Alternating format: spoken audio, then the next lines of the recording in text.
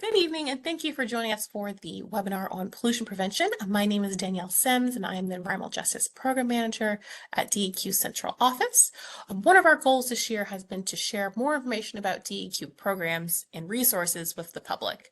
And so tonight's webinar is part of that effort. You can visit deq.virginia.gov/edu series to watch previous webinars, to view content, and to learn more about future webinars. Thank you for your time to learn more about pollution prevention tonight. Tonight, Kate Miller, our Blue Ridge Southwest and Valley Regional Environmental Justice Coordinator, will be monitoring our chat box for any questions you may have. Our Northern Regional Environmental Justice Coordinator, Gwen McCrae, will be our speaker for this webinar, guiding you through the topic of pollution prevention. And then lastly but not least, our Pollution Prevention Manager, Megan Quinn, is here to answer technical questions you may have. So without further ado, I will turn it over to Kate.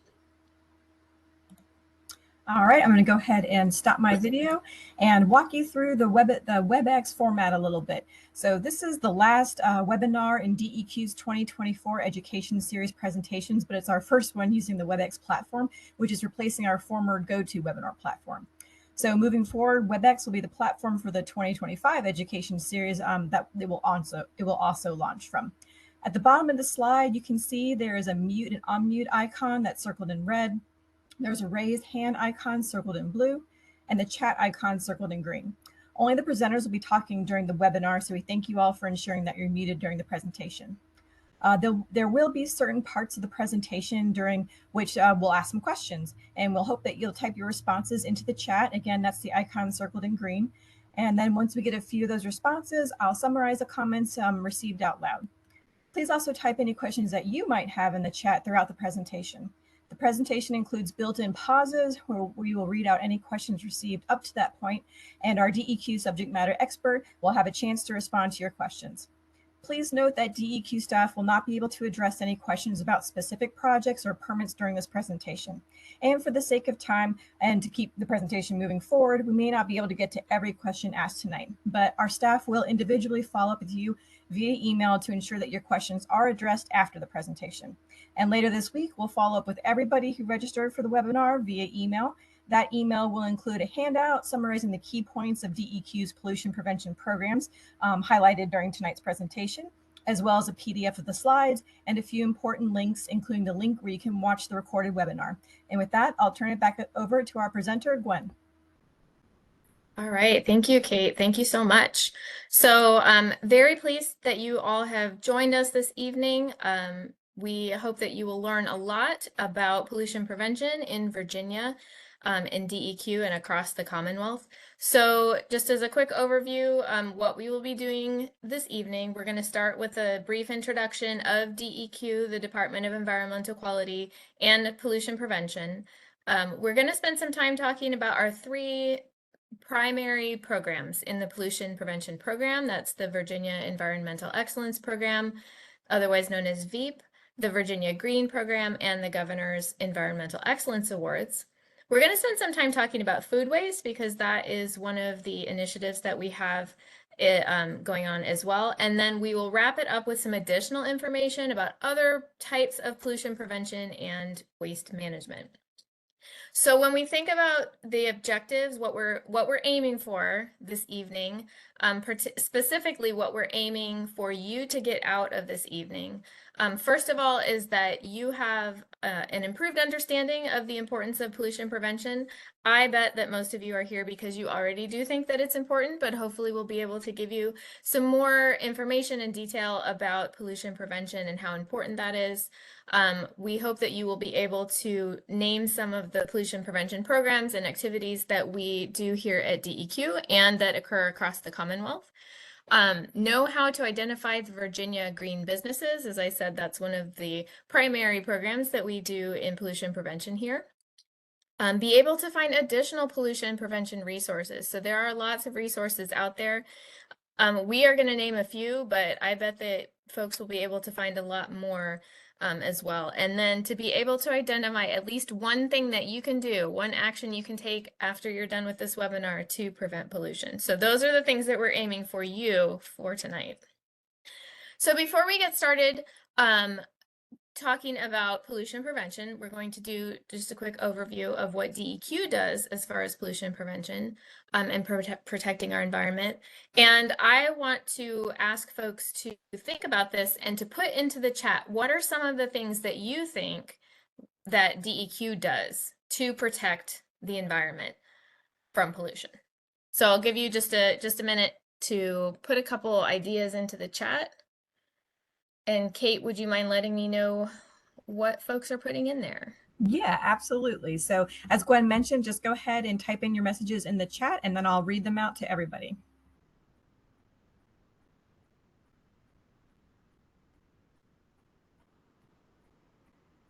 I'll give folks a minute to gather their thoughts and put some things in the chat there. Yep, so far we have stormwater runoff. So yeah, that is definitely a program that DEQ has to help protect our waters. Yeah, for sure. We know that, sometimes we have things on the ground, whether it's litter or spills or salt from the road. And when the storms come, it puts it right into our surface water. So that's definitely one of the things that we work on. Another comment we just received is a support citizen scientist, and also to ensure drinking water testing is complete and safe to drink. All right. Yeah, those are really good ones. And it is important, as the drinking water, DEQ does not test the water that comes out of your tap, but DEQ does test the water that goes into water treatment systems. So we test the ambient water and kind of the source water for drinking water. And yeah, citizen science is a really important thing that can support what we do at DEQ and also give us new perspectives, right? Give us data that maybe we didn't know about, because folks who are doing science in their communities are really embedded in those communities and have a lot of good local knowledge. All right, so yeah, these are some great things that you are bringing up. And, in general, one of the things that DEQ does, kind of a big part of what we do, is to set limits on polluting activities and also to monitor pollution and try to improve the quality of our air, land, and water. What we're going to be talking about are some of the other things that we do, though. We're going to be talking about specifically our pollution prevention program. So it's not about permitting, it's not about monitoring, it's about preventing pollution from getting into the environment in the first place. So we have a lot of, as I mentioned, we have quite a few programs that we're working on. And in general, they are focused on a few different strategies for preventing pollution in the Commonwealth. The first one is that we want to recognize the good work that folks across the Commonwealth are doing, environmental efforts and demonstrated results that communities, organizations, companies, individuals are doing, and recognize that good, important work. We do also encourage and support voluntary action. So these aren't necessarily regulations or requirements or statutes, but these are voluntary actions that governments, businesses, and organizations can take to prevent pollution from getting into the environment. We also do a lot of education. So we have in-person programs, we have webinars like this, we have lots of in-person events, and we also have lots of resources that are available on our website and that we share with folks so that they can find the strategies that will work for them and get resources and good ideas about how to move forward. So when we think about pollution prevention, one of the first things that we want to do is think about what is the definition, right? What exactly is it that we mean? So pollution prevention does not necessarily mean cleanup. It means reducing pollution from getting into the environment in the first place. So when we're talking about what you see on the screen here is something called the waste management hierarchy. So the most efficacious, right? The most efficient, the best thing that we can do is to prevent pollution in the first place. So that's called source reduction. There are other levels in this waste management hierarchy. So that would be things like reusing things, recycling things. If we do have waste, treating it before it enters the environment. And then of course there's finally disposal and release. So when we think about how do we deal with our byproducts? How do we deal with waste? How do we deal with the stuff that's left over? You know, again, the first most important thing, and the thing that we're focusing on tonight, is how do we keep it out of the environment in the first place? So we want to motivate Virginia businesses, as I said, in voluntary actions, to do things to focus on that green part of the top of the pyramid there. And we want to educate everyone about pollution prevention, because everyone has a role to play and everyone can make a difference. So one of the major ways that organizations, businesses, communities, governments can focus on and make strides in pollution prevention is by implementing an environmental management system. I'm going to mention this because we will talk about it in a little bit later, but I want to define an environmental management system. So basically, it is a set of priorities, plans, actions, procedures that organizations can implement internally so that they can improve their own environmental impact. It might include things like analysis of what they're currently doing, plans of how they want to change that, thinking about how their operation is right now and whether there are things that they can do to change that that will improve their efficiency. For example, if you have you know, a fleet of vehicles, are there things that you can do? Whether that means preventing vehicles from idling if you can, or if it means switching over some of your vehicles as they age out into less polluting options, those kinds of things. So it also includes training. It includes communicating both internally and externally, and of course keeping records, right? Like paying attention to what you're doing and reporting on that. So that, in a nutshell, is what an environmental management system is. This is generally something that an organization would do, so a business or a government or a nonprofit organization. There's also, you know, I just want to mention, because we're talking about DEQ, which is a state agency, I want to mention some of the work that we do as well to support the green, kind of the pollution prevention in the Commonwealth state government as a whole. So DEQ kind of supports those efforts when other agencies are interested in implementing an environmental management system. For example, some of the statewide initiatives that DEQ supports and provides materials or resources for are environmental management systems for Commonwealth agencies. So DEQ has an environmental management system, and many other Commonwealth agencies do as well, helping agencies to reduce their waste, whether that means you know, kind of changing procedures so that folks are printing paper less, or you know, things like that, reusing water bottles, making choices in what they purchase. So that may mean that they're purchasing only things that are necessary so that nothing goes to waste. They may be purchasing recycled or repurposed goods, things like that. And also energy conservation. So when a building kind of physical plant works on reducing the amount of energy, whether that is through heating and cooling, through lighting, through those kinds of things as well. And so DEQ is an agency that supports other agencies in their efforts.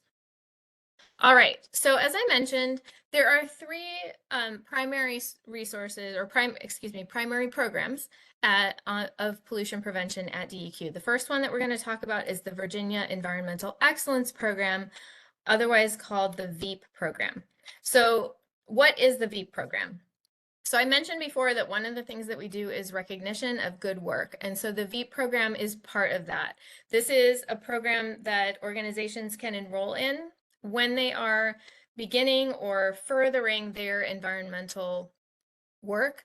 And the VEEP program will support them with resources, with meetings, with connections, with ideas, and also recognize the organizations that are doing really good work in that way.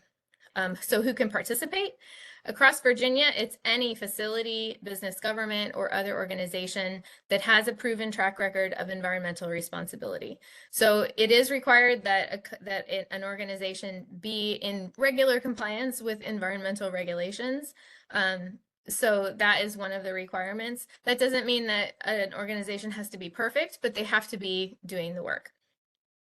Some of the benefits to businesses, we give program assistance and connect folks with other organizations that might be able to offer some program assistance or technical assistance.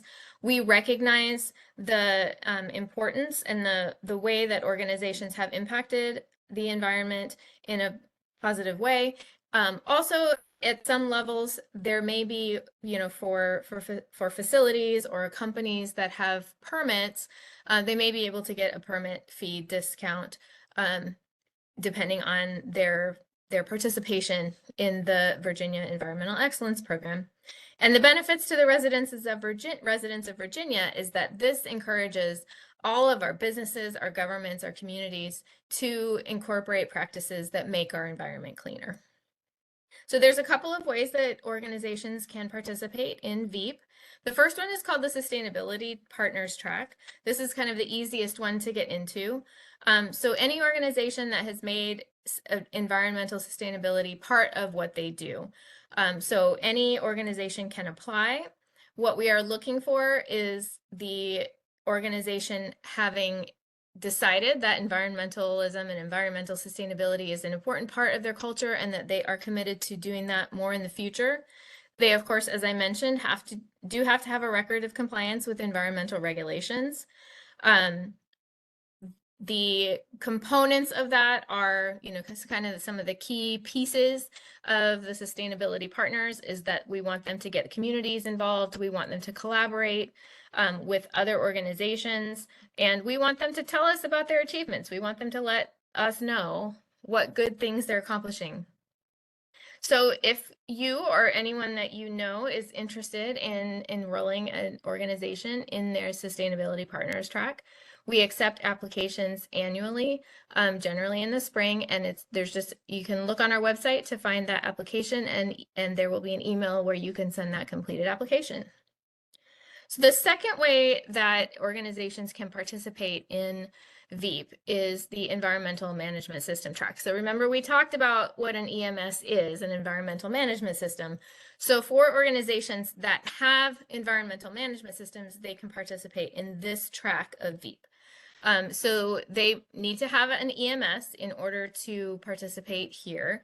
But there are a couple of different levels of participation. So if an organization has just recently developed an EMS, they're just working on it, it's maybe their first year or two using an EMS, they can still participate. Once an organization has fully implemented their EMS and they're really, working on meeting the goals that they have set out in that environmental management system, then they can be in the level 3. And for folks who, organizations who have EMS, environmental management systems that are quite mature, their programs have been going for a while, and maybe not only do they report out, but they may actually have external audits, independent auditors come in to take a look at their environmental management system and provide analysis and recommendations for improvements, so they can participate in the highest level of the EMS track. So again, they must have a record of sustained compliance. And reporting for this track, we do require annual reports. For enrollment in this track of the VEEP program, those applications are accepted at any time during the year, so they're accepted on a rolling basis. And again, you can find information about how to enroll in that program on our website. So we're going to pause here to see if anyone has any questions about our VEEP program or any of the other things that we chatted about with regard to the programs at DEQ. So we will give you a minute or two to formulate some questions, put those in the chat, and get those answered for you before we move on to the next section. That's right. Thank you so much, Gwen. Yeah. So again, if you have any questions about like what Gwen mentioned, you're interested in the EMS, the environmental management system, or the greening of government, maybe pollution prevention, feel free to put it in the chat and we will get to it. So our first question did just come in, and I'm curious how many participants there are in the EMS. For the EMS track, this is Megan Quinn. We have over 400 facilities that participate. So the way that we count the facilities, it could be like a local government, and they have a multitude of different locations that participate. So sometimes it's one member with multiple locations, but we have a lot of facilities that participate. I think we recently had our E3 membership, like the middle level of how Gwen was describing. There's different levels to participate. That level has the most participants currently. Okay, great. Thank you so much, Megan. So And yeah, just if you're interested in finding out more about the actual members, it is on the GIS tools that we have for DEQ. I can put a link in the chat, but there's under the pollution response and prevention, there's flags there that you can see the different members across the state. oh, perfect. That would be wonderful. So while Megan's looking into that link, again, if you have any questions about the Sustainable Partners track versus the EMS track or anything else like that, please feel free to put it in the chat, or just a general question about pollution prevention, and we'll get to it.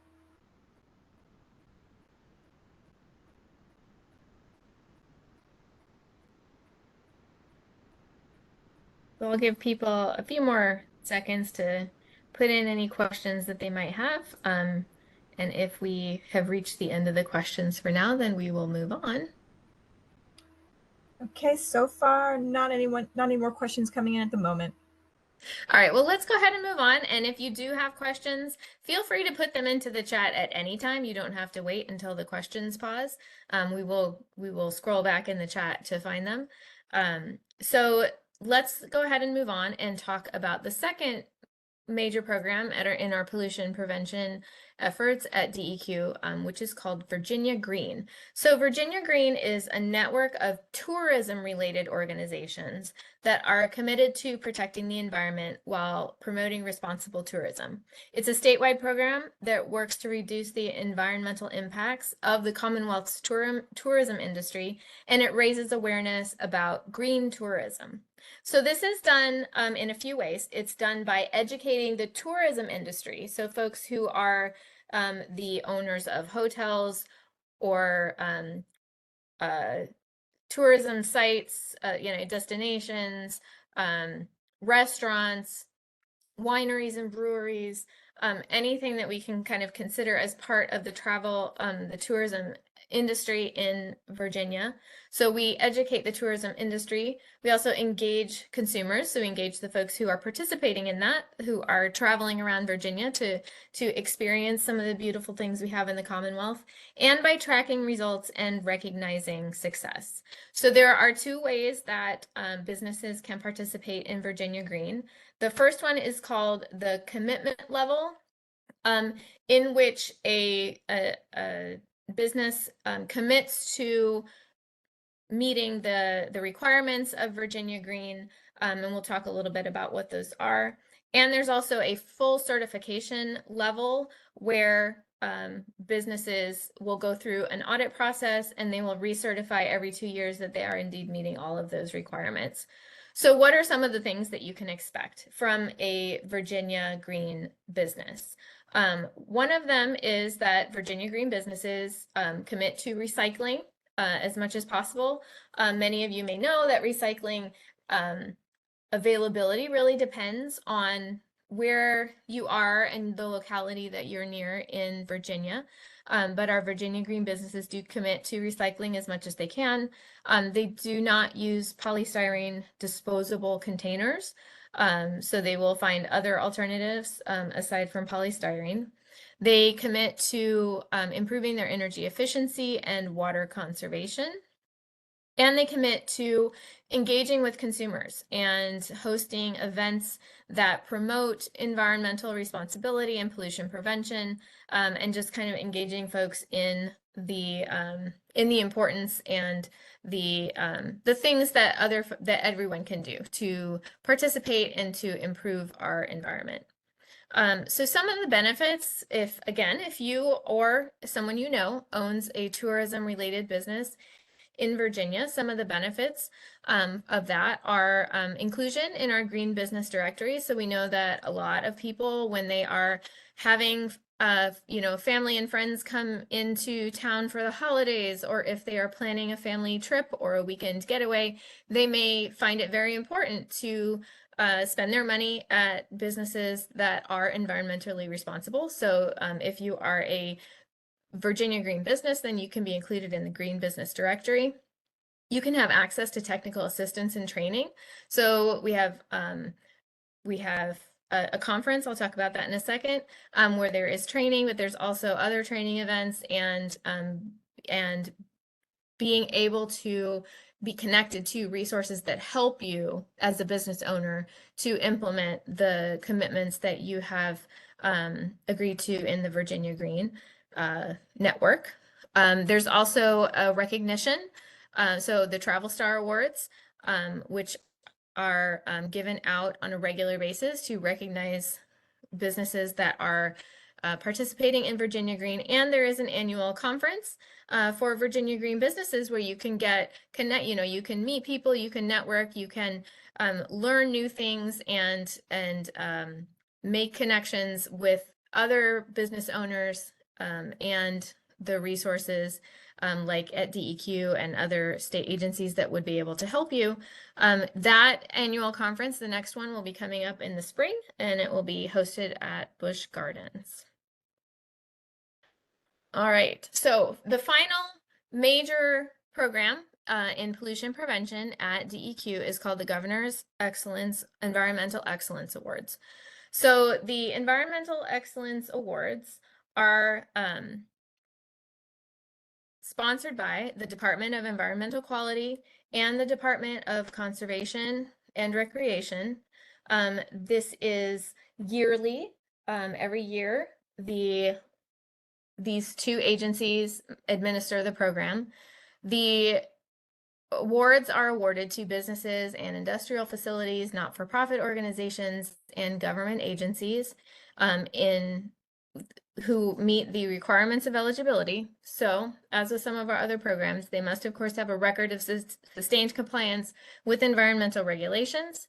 And the award categories, there are 5 different categories in which awards are presented. Each category has its own application, and the applications are generally available in September. So they are currently open now. They are due in 2 days. December 12th, 2024 is when the applications are due. So if you or anyone you know is a latecomer to this and thinks that you might be eligible for an Environmental Excellence Award, I encourage you to find that application and go ahead and fill that out. Winners will be announced in late March, generally at the Environment Virginia conference meeting. So some of the, I'll just give you a really great example of one of the most recent award winners this past year. The Prince William Soil and Water Conservation District won an award for a program that they are doing in Neabsco Creek, where they are using a device called a bandalong to get litter out of Neabsco Creek and prevent it from being washed further into the waterway. So that one was just a fantastic program. It's really been very effective. They have pulled tons of litter out of the Neabsco Creek. So that's just one example of the kinds of awards that are given out at the Governor's Environmental Excellence Awards. But it's a great way to hear about some of the amazing things that many of our businesses and not-for-profit organizations and government agencies are doing great work in pollution prevention around the Commonwealth. Okay, so those were our last two. I thought I saw a comment come in, so I'll wait and see if there are any questions before we move on to some of the other programs that we do at DEQ and beyond. All right, great job, Gwen. We did get a question. So someone asked, how do you monitor green business practices? So Megan, maybe if you could elaborate on that for us. So I think that's specific to the Virginia Green program. And if you want me to talk about the VEEP program, I can answer that as well. But for Virginia Green, the commitment level is just that. It's the businesses make a commitment and they've indicated that they're making a commitment to conserve water, reduce energy use, make sure that they're recycling, and there's like a set of commitments that they have to agree to be working towards. And we don't go on site or anything necessarily to monitor that. For the fully certified facilities, they need to provide some additional information along with their the information that they submit when they're signing up to be a Virginia Green member. So we'll need to see some pictures of things that are on site to verify that they're there. And we ask that people who are visiting those establishments are communicate with either us or directly with the businesses when they see things that they, that don't align with necessarily the commitments that a Virginia Green member should have made. Okay, and I did just want to mention for the governor's awards, Prince William County did partner with Micron on the band along, and it's been really cool because not only is it pulling plastics or just litter from the water out, but they're able to really monitor what is ending up in the water. That sounds like a great was a really program. cool one. Yeah, we did get one comment. Someone just mentioned, it sounds like the annual conference. It seems like a great idea. So maybe if you could talk about networking opportunities or what kind of sessions go on at the annual conference that might be of interest to people. Sure, yeah, that annual conference is a great conference annually. I do think that most of the people leave pretty enthusiastic and like kind of recharged to go back and take some of the ideas to their individual facilities. We do move it around the state to make it easier for the different members to get to. We generally have sessions on energy efficiency. We'll have information about different funding. Sometimes we'll have different like kind of keynote topics. Last year we did it at Pocahontas State Park and had a big focus on just outdoor recreation in general, which was really interesting.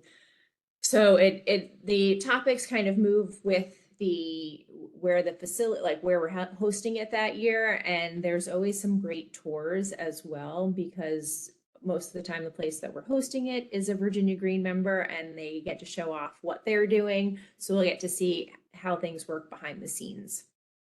And it's just a great opportunity for people to share information and network with each other. Yeah, it sounds like a great experience. Okay, that's all the questions and comments we have for now. But as Gwen mentioned, please feel free to keep putting those in the chat as the presentation moves forward. Thank you all. Great, thank you. All right, so let's move on to talking a little bit about food waste. So in 2022, Governor Youngkin issued Executive Order 17, which included a focus on reducing food waste. So after that, DEQ worked with the Virginia Department of Agriculture and Consumer Services and a set of stakeholders to identify some strategies for reducing food waste. So I'm going to talk a little bit about what some of those strategies are. You can see the images on your screen are a food management hierarchy that DEQ developed next to one that was released by EPA. So they're similar in many ways, but yeah, and talk about a lot of some of the same kinds of strategies that we can use to reduce wasted food and to eliminate food waste from our food systems.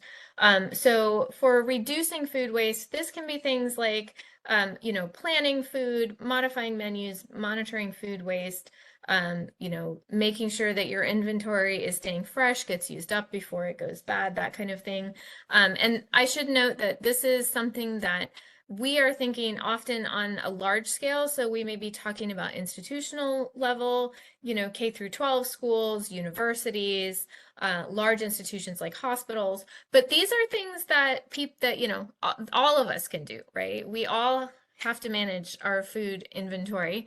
And so these are definitely, while we're talking, we may often be talking about kind of these larger scale solutions, we will also be talking about in a few slides, some of the ways that each of us individually can also participate in reducing food waste. So some of the other strategies can include things like donating extra food. So again, this is often important for large scale facilities that may be purchasing in bulk, but this can go for, for all of us. So if we end up with, 20 pounds of apples, I don't know, I can't eat that many apples in a week. So I might give some to friends or coworkers or my neighbors or family. So things like that, donating the extra that we can't use now. The question about feed animals is really important. It is an important component of reducing food waste. So food manufacturers can ensure that any of the byproducts of feeding animals gets captured and processed into I'm sorry, let me back up and rephrase that. Food manufacturers can ensure that any of the byproducts of their food manufacture that is edible for animals can be repurposed to become commercial feed for animals. And so there are possibilities of large-scale food suppliers to create partnerships with local farms to divert food scraps to animal feed. For industrial uses, we can also think about what large-scale food suppliers can do with unsold food. Are there ways that it can be reused for some other use, even if it's no longer usable as food? Composting is also, it's kind of down on this hierarchy. It's not as good as using it or reducing in the first place, because composting does create some gases. For example, it releases carbon, it releases methane sometimes, but it is better than landfilling, right? And so that's one of the reasons why we have this hierarchy. Again, if we can focus on the pieces that are at the top of the pyramid or at the left side of that U shape from EPA, that's really going to, the more that we can do in that area, the better we're going to be as far as reducing food waste. Okay. So I want to talk also about another program that we are administering at DEQ. So the Climate Pollution Reduction Grant is a grant that DEQ received to, like it says, it's pretty self-explanatory, to reduce climate pollution.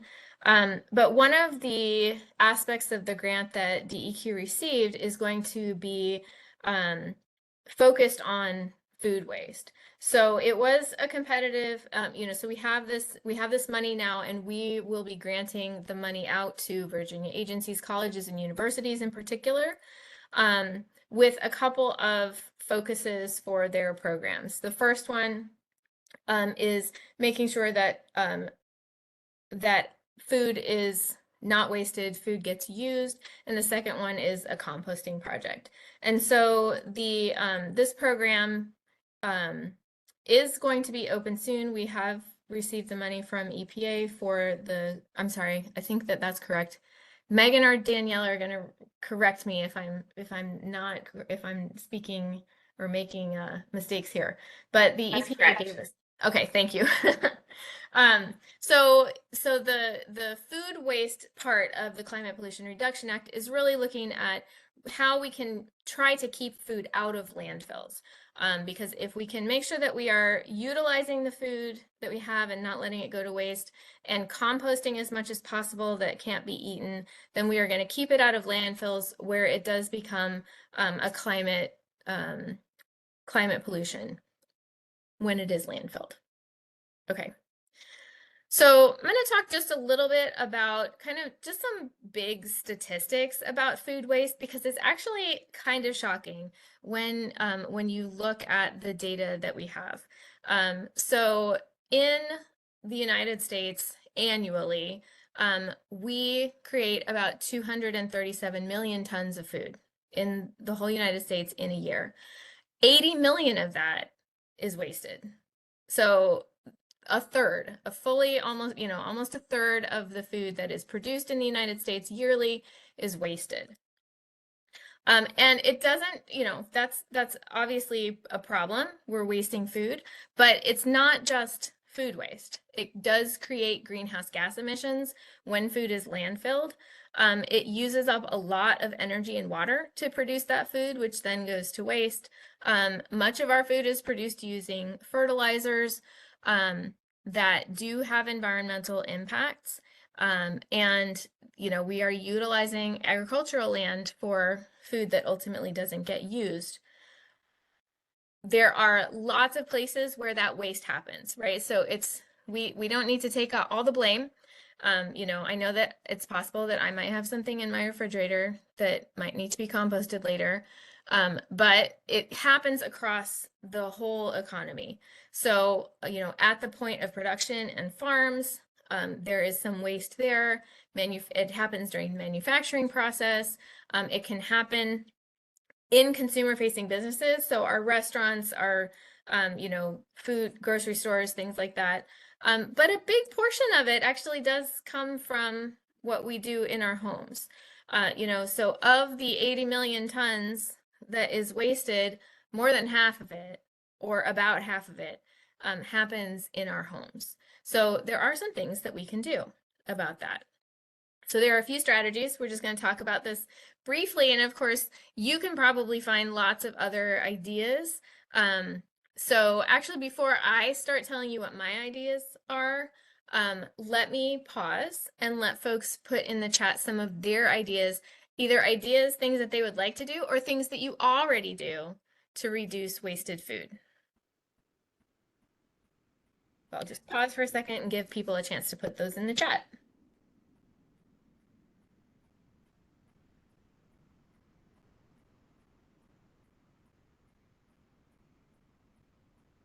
All right, so we're starting to get some responses in here. One person mentioned that you can donate, and another person mentioned composting. So all great ideas.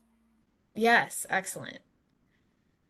So yeah, and I think it's really important because, as I said, like there's a lot of things that go into, aside from just wasting food, we're talking about all of the energy to grow it, harvest it, transport it, cool it, cook it. And all of those things are places that we can save resources if we can avoid it. So I saw there were a few more comments. Yeah, someone mentioned utilizing meal prep, very important there. And also careful shopping, eating vegetables that are not perfect in looks. Yes. Yeah, that's a big one.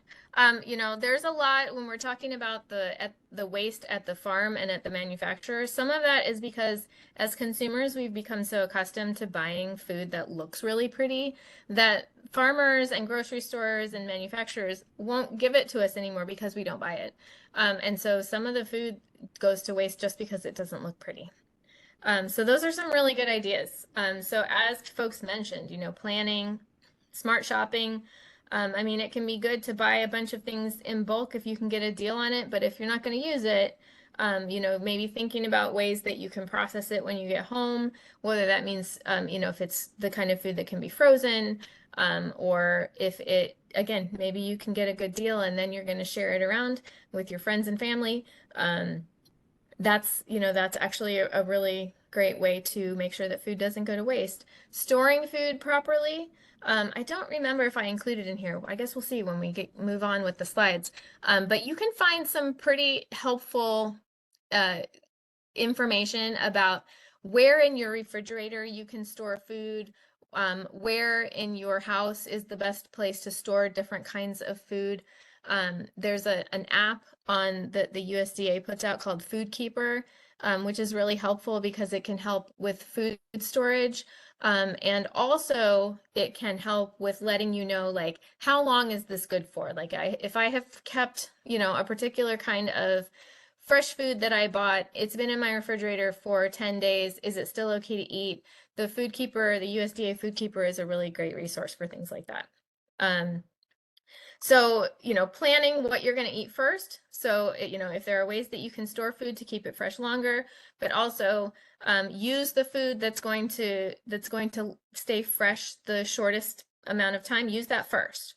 And then creative cooking. So whether that means using leftovers, or using, like, learning how to cook by just looking at your what you have and picking what needs to be cooked, you know, and also batch prep and cooking. So if you buy a whole bunch and cook all at once, and then oftentimes those can, you know, meals like that can be frozen, or they can be portioned out and stored to be used and eaten over a period of time.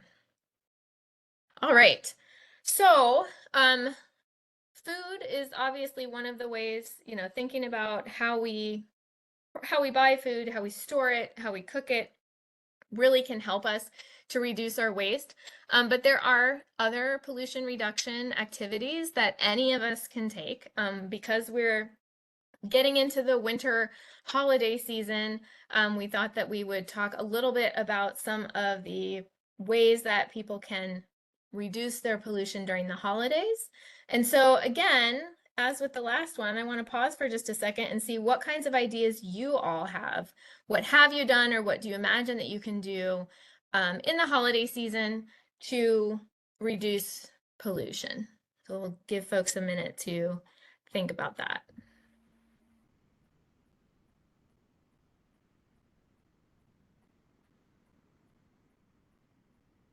All right, so if you have any ideas, please put them in the chat. Oh, we got one just now. Reusable gift bags rather than wrapping paper. And someone else mentioned recycling Christmas paper.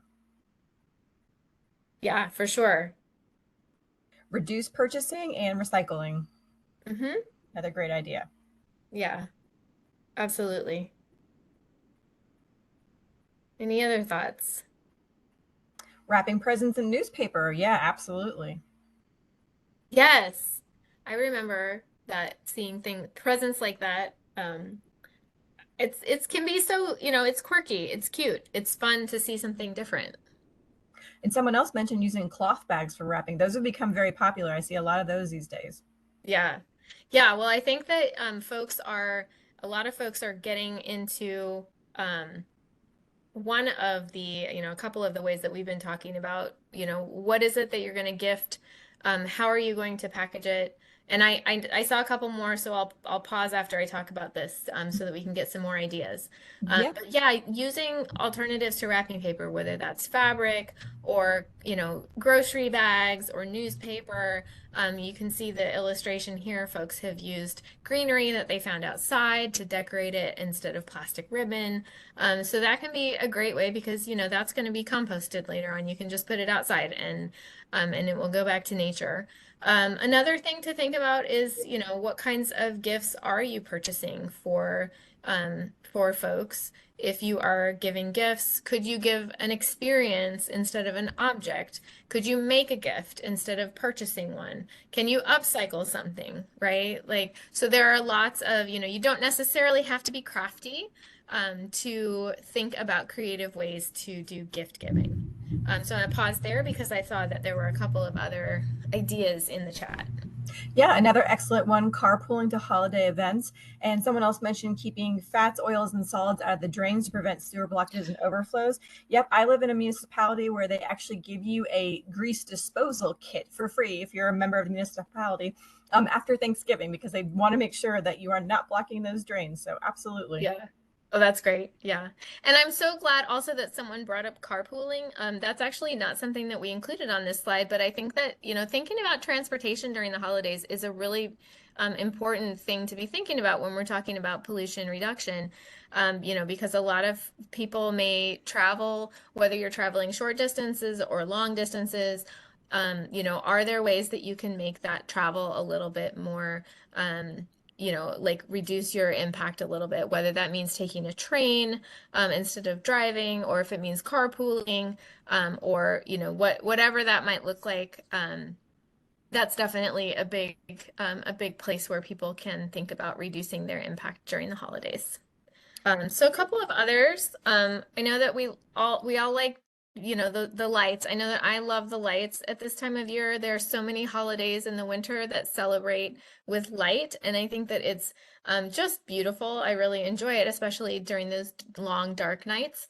But there are lots of energy efficient lights that folks can use, and so that's a good, you know, one good option.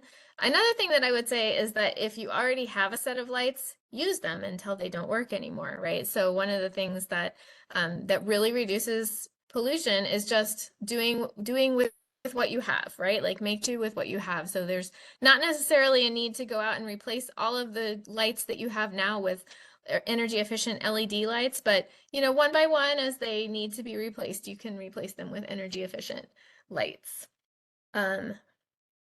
All right, and then finally, we talked about food already.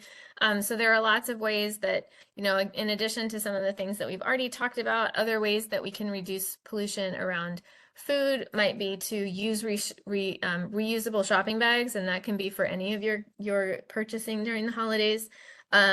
Serving holiday meals on reusable kitchenware. So, maybe you're having a lot of people over, but if you serve them on plates that can be washed and reused, that's going to reduce some pollution as well. And actually one of the big ways that that convenience has kind of led to a lot more use of resources is with individually packaged drinks. And, some of us don't even really think about it, but, if you have packets of water bottles as opposed to a pitcher of water, or people being able to fill up their glass from the tap water, that's actually individually packaged drinks can be a big source of pollution. So if there are ways to reduce that or other types of food packaging, that can also be a great way to reduce pollution during the holidays. All right, so I'm going to spend a little bit of time now talking about some of the other pollution prevention and environmental programs, both in the Commonwealth of Virginia and nationwide. So one of them is a balloon release ban. This is a statute from the Department of Wildlife Resources that latex balloons are actually a pretty big source of pollution, especially marine pollution. One of the things that some of our programs have been doing, including, I believe, the Coastal Zone Management Program, is a campaign to get people to celebrate by releasing bubbles instead of balloons. So soap bubbles are a better alternative to latex or mylar balloons that actually, eventually end up in the environment. So that's one thing to think about. Another one, again, our Coastal Zone Management Program, which is a coalition of agencies, but DEQ is the lead agency, has a marine debris reduction campaign that they are working on, getting rid of marine debris, including things like, everything from plastic water bottles, like what you see here, to fishing equipment, to boats that are sunk in our waterways. So there's lots of sources of marine debris. So we do have some programs across the state that are working to clean up our waterways.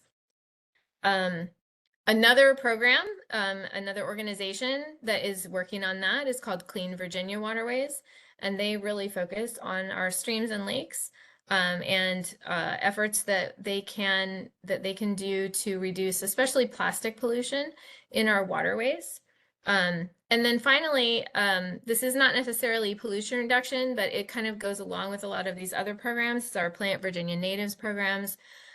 So this is an initiative that is encouraging folks who do like to garden, or maybe have other kind of land management duties.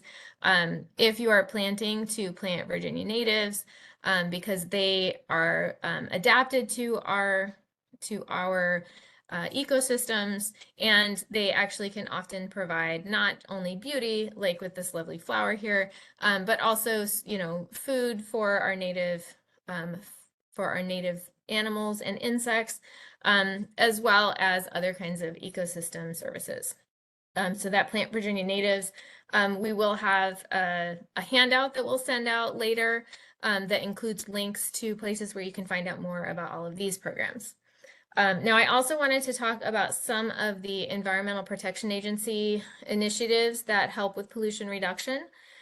So one of them is the EPA Safer Choice label. So this is a program that evaluates products, consumer products. Oftentimes they're cleaning products in particular, and will label when there are options that are safer. And so this may mean that, you know, there are some types of cleaners, detergents, solvents that may contain chemicals that are not really that safe for people or the environment. And when there are safer alternatives, EPA will label them with this safer choice. So you can look for this in the grocery store, or, you know, the big box store. When you go to purchase cleaning products, you can look for that safer choice label, and that will tell you that EPA has evaluated that product and it is a better choice than some of the other things that don't have that label. Another program is the Energy Star label. This is often going to be for appliances, and you can look for that label, which will tell you that these are appliances that generally are more energy efficient. You can not only use less energy, but save on your energy bill with products that are labeled with Energy Star. And finally, the WaterSense program. So this is another program that can help you to select products that are more efficient with their use of water. All right. Now, one thing to note, lots of the products, these types of products are included in our state sales tax holiday, which is generally in August. And so that can also be another incentive to keep an eye out for these labels. If you need to purchase a product like that around sales tax holiday season, it might be a good idea to wait and purchase it on that weekend. All right. So what are some of the things that we can do, right? So we've talked a little bit about some of the programs that we have going on. We've talked about food waste and some things that we can do around the holidays. But there are lots of other things, I bet, that you all already do or have been thinking about doing or might like to try out. So I'm going to, again, kind of let people, if you have any ideas, put something in the chat about something that you can do or that you might like to do or you're interested in to prevent pollution in our environment.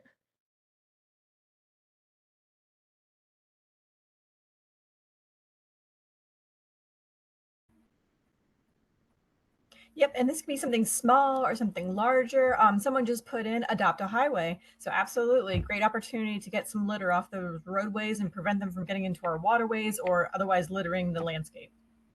Excellent idea.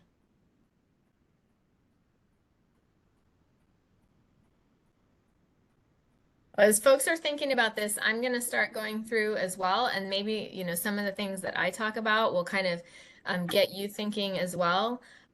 So of course we all know that recycling is a good thing to do, right? If we need to use a product, maybe we can recycle the packaging later.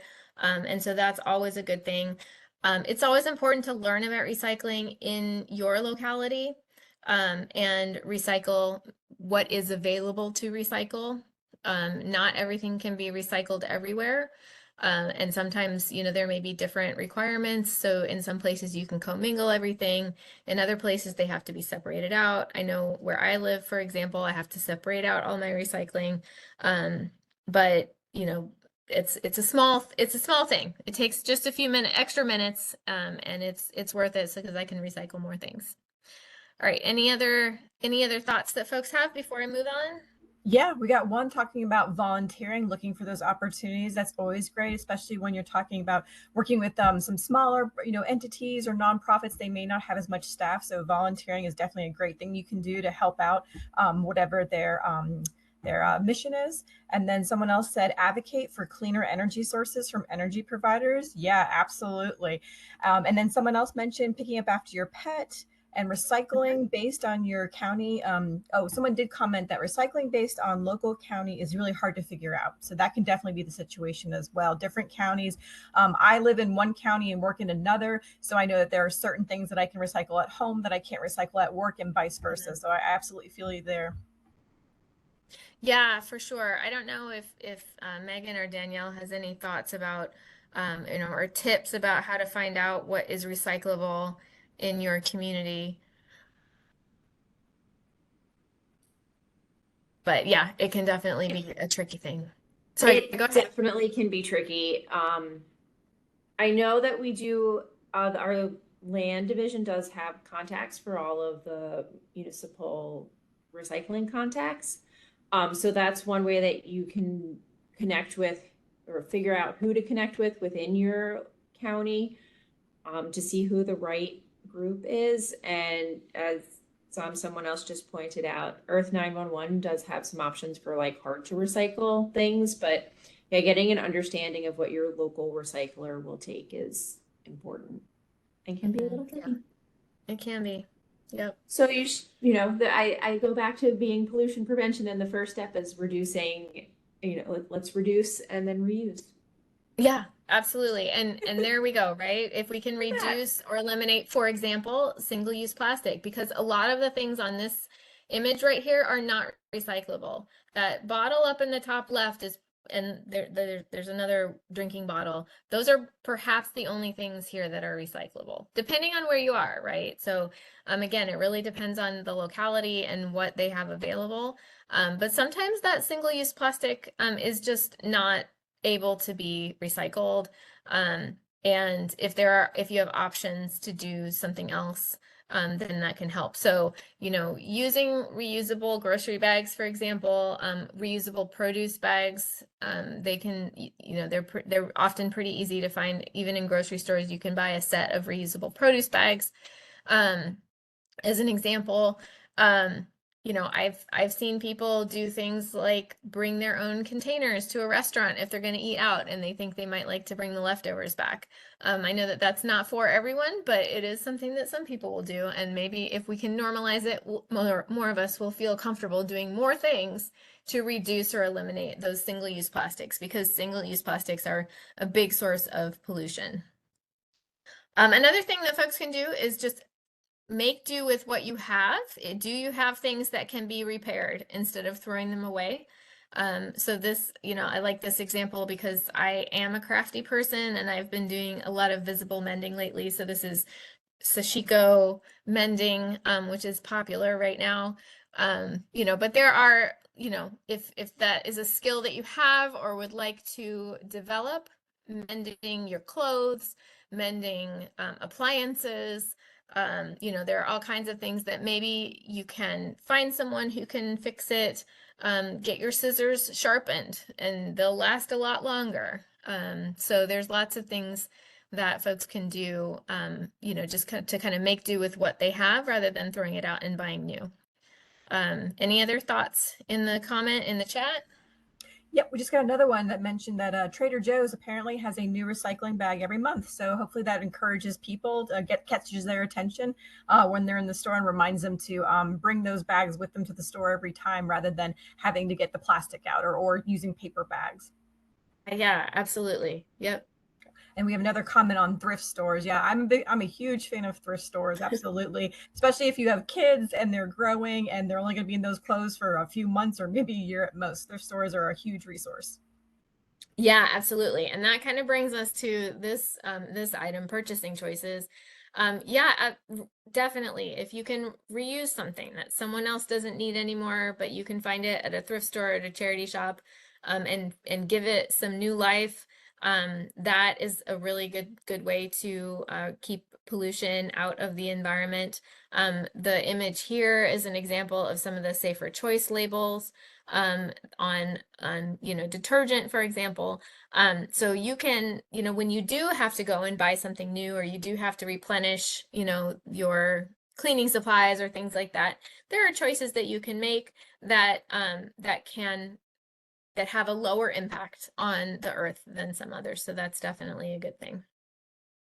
I think that education is something that we can all do, right? So we can all talk to our families, our friends, our coworkers about the things that we have learned. And, maybe if we're shifting some of our habits in order to try to reduce pollution, we can talk to folks about it if they're interested and let them know, what works and what are some good ideas. Maybe you and your neighbor want to start composting and you're going to learn about and educate each other to have a joint compost pile so you can put it on your garden. I mean, there's all kinds of things that you can do. And the, added advantage of that is that it helps us build community as we go. Now, when we do have waste, one of the things that is really important is knowing how to deal with waste properly so that it ends up in a place where it can be best dealt with. So organic waste, like, foodstuffs, those can perhaps be composted. Not everywhere, but in, some places, if you have space for yourself, you could compost in the backyard. But if you don't have space, you might, and it's something that you're interested in, there are some places where you can pay to have someone take organic waste away to compost it. Or you can lobby your local government if that's something that you think, a municipal composting project would be something that you think would be beneficial to your community. That's something that you could talk to your leaders about. Knowing how to properly handle inorganic waste, so whether that's bottles and cans that can be recycled or things that cannot be recycled and really need to go into a landfill, just making sure that they make it there and they don't end up on the side of the road and then need to be picked up by someone who's adopted a highway. And not everything should just go into the bin, though. Some things are more hazardous, whether that is, the examples that are given here, whether that's medicines or batteries, electronics, things like paint, even, household chemicals that we use that really should be disposed of properly. And again, that is something that you would need to find out in your locality. Where is the place that you can take those kinds of things to dispose of them properly so that they end up in a location, even if it is in a municipal landfill, just in the location where they have dealt with it properly. And then finally, another idea is to have an energy audit done. So energy audits can help you to reduce your energy use in your home. Whether you own a home or rent a home, there are ways that you can do an energy audit. There are lots of resources that we've included some examples to, but it can be as simple as just a checklist of, what are some things that you can walk around your house? Are there ways that you can improve your energy efficiency? You can talk about the temperature settings on your thermostat. You can look at your windows and doors and see that they're properly sealed. And, sometimes if you need to do some repairs there, that can really improve your energy use. It not only saves energy, but it saves you money. There are some places that have a lot of resources, and so we've linked to some of those in the chat. But for example, the Arlington, Virginia library has an energy audit lending library. The Henrico libraries have thermal cameras that can help you do energy audits, and the Chesterfield libraries have watt meters so that you can check that way. Also, Virginia Energy is expecting to have some home energy rebate programs launch in early 2025. So that can be a really great resource as well to, again, save energy, reduce pollution, and save money on energy. All right, so we are approaching the end of our evening. So hopefully we have met the objectives that we set out.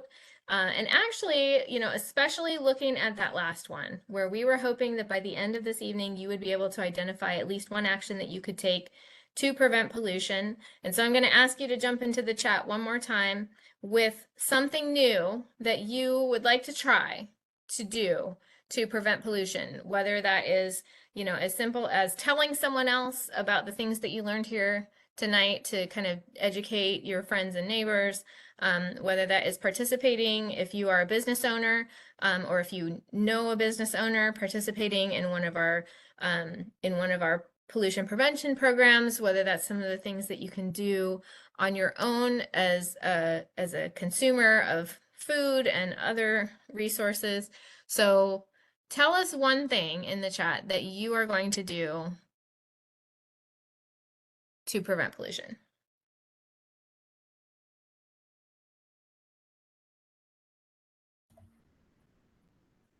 Yep, and as Gwen mentioned, it can be something small that you're doing as an individual or a larger effort that you want to get your community, your school, your work, your church involved with, anything you can think of, just that you're interested in trying. And we'll give folks another minute. If you're shy, that's okay, but we'll give folks a minute or so to put something in the chat. I've been talking to my brother a lot about composting lately, so that's my challenge to him for the new year, to start composting. All right, now we got some other comments coming in. Somebody mentioned recycle newspaper into gift wrap. Perfect. And another one, I'm going to bring home my takeout. Excuse me, I'm going to be better at bringing my own take-home containers to restaurants. Yeah, that's a good goal for all of us. Currently working on community partnership project for awareness. That's perfect. Educating the masses, definitely. And I've never asked others to perform an energy audit. Good idea. Thanks for the resources. Yeah, definitely. It's good to see how we can, be more efficient. Another one is commit and apply to pollution prevention programs on behalf of Massanutten Resort. That's awesome. Someone is also interested in doing an energy audit and just noticed on their Dominion account that they can monitor their own usage. Oh, that's perfect. Great. All right. Well, those are some fantastic ideas. I'm so glad that we were able to connect you with some new ideas and some resources.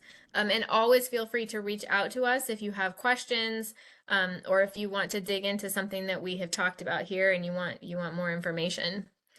So we're going to wrap it up, and then we're going to we'll pause again at the end for it, if anyone has more questions, especially for Megan, who's here from our pollution prevention program. But before we get to that, I just wanted to mention that this year in 2024, we had launched our education webinar series. And we had 5 great webinars, and we're so glad that you are here tonight, and maybe you've been able to attend some of our earlier ones this year. We do have some webinars planned for next year, so we're really excited about that. You can see the topics and the dates on here. More information about these are on our website. I think the webpage is in the process of being updated, so I'm not sure if it's updated yet, but if it's not yet, it will be in the next day or so. You can also, there's a link here, and you'll be able to link to this when we share the slides, and also Kate is putting this link into the chat. But if you are interested in getting updates about our education series, you can sign up for those updates there. And if you decide that this is something that you're really interested in, you can register for the whole series at once, or you can register one by one for just the ones that you're most interested in. So now we're going to start to wrap things up, but we will see if anyone else has any other questions, whether that's for, about the education series or about pollution prevention, because we do have Megan on here as our pollution prevention expert, since she's our program manager. So any final questions folks have?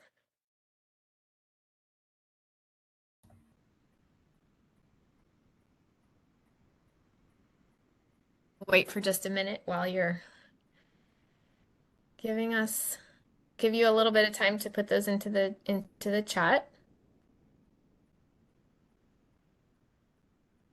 And I'll just mention another comment I saw from the last pause for comments about recycling more glass. Apparently someone's neighborhood has stopped it, but the lane fills up the road. So yeah, it's another great thing that you can do as an individual or within your community. So, but yeah, if there's anything else that you'd like for us to talk about this evening, as Gwen mentioned, just go ahead and put it in the chat and we will get to that question. Yeah, I'm glad that you brought that up, Kate. That's really interesting, because I think that glass recycling is so tricky, because it's recyclable, it can be reused, but it's so heavy that it is very expensive to transport it from one place to another if it needs to be brought to a recycling. I know that some of the localities have begun to reuse glass, and so they will take the glass in their locality, but then they will crush it and reuse it, for example, in construction projects just locally, so that they don't have to spend the money and the energy and the gas transporting it to somewhere else to recycle it. So it's a complex landscape of recycling and reusing here in the US. Right, but keeping it local, definitely. So someone said they mentioned that this was a super series and they wish everyone happy holidays. So thank you so much for that comment. We did have a question. Someone wants to know, how do you address the question that a single business can counter all my individual efforts? So how do you address the question that a single business can counter all of my individual efforts? I think it goes back to, we don't need one person doing it perfectly. We need a lot of people doing, like, making all of these environmental efforts slightly imperfectly.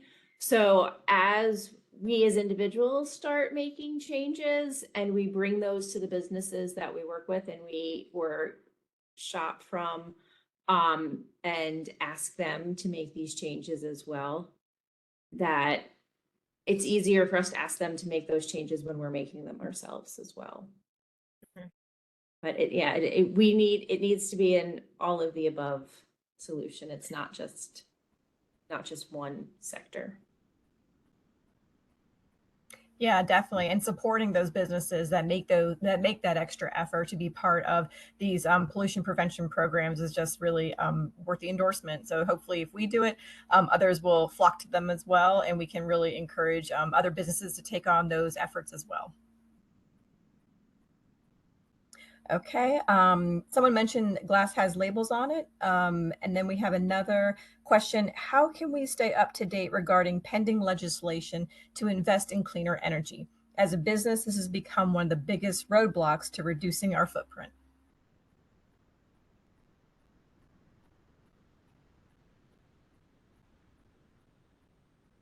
As far as, I'm not sure if it would be like our air group and some of the work that they do with renewables, or if it would be the Department of Energy. I would always just suggest talking to your legislator as well. Great, thank you. I think that, yeah, And keeping tabs on legislature, legislative efforts can be complex because there are so many kind of moving parts. And so, learning about how that system works and the places that you can go, for example, there are databases for Virginia's legislative session where you can go and search the proposed legislation and kind of find out more about which representatives are proposing which things.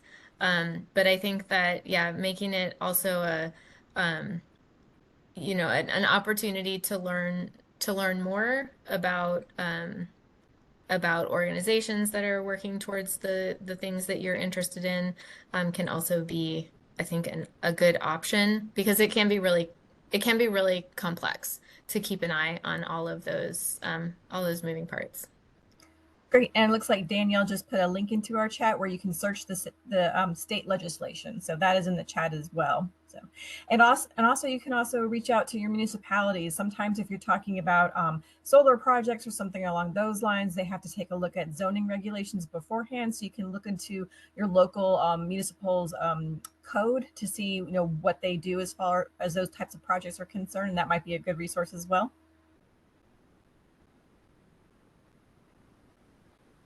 And I'm not sure if the comment about glass having labels on it, if that had to do with the like stickers on the glass or the recycling symbol, like the chasing arrow symbol. And I just wanted to mention that just because something has the chasing arrows symbol on it doesn't necessarily mean it's recyclable.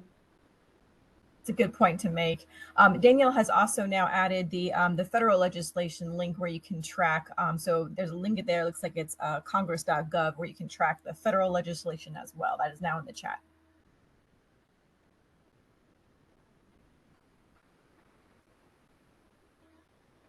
All right. So it sounds like maybe we've reached the end of our questions. So the person who made the comment about the glass having labels on it says, though it makes thought it makes it harder to remove to recycle glass. So I think that maybe they were, if I'm interpreting this correctly, maybe they're worried that having a label on the glass would make it harder to recycle.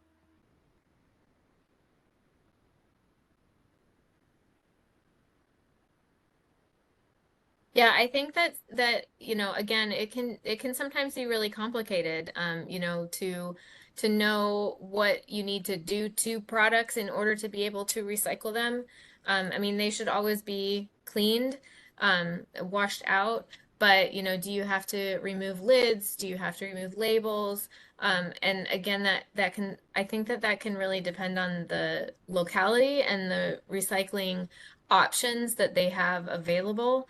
And so definitely if you can, either look for, if that information has been advertised by your locality, or if you can find a contact person to call up and ask about that.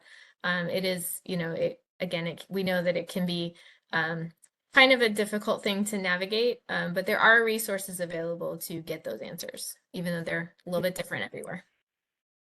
Look, I'm not a recycling expert by any means, but from the recovery facilities that I've been to, the ones that do collect glass, and as you had mentioned, not everyone takes glass as part of their commingled. There wasn't a concern about the labels being on glass, but they, definitely not the tops on the bottles. Good to know. Okay, great. All It right. looks like those are the comments that we have up to this point. So thank you all for those questions. They're really great. All right. Yes. Well, thank you so much to everyone.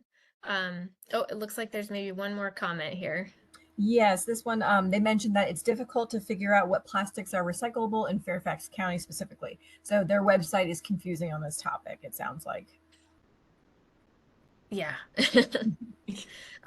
So, I would say, if folks are feeling like they are just running in circles and not being able to find answers, feel free to reach out to us. We may not have the answers at DEQ, but we might be able to put you in contact with a locality, with someone in your locality who would be able to clarify that for you, if their communications are not easy to parse.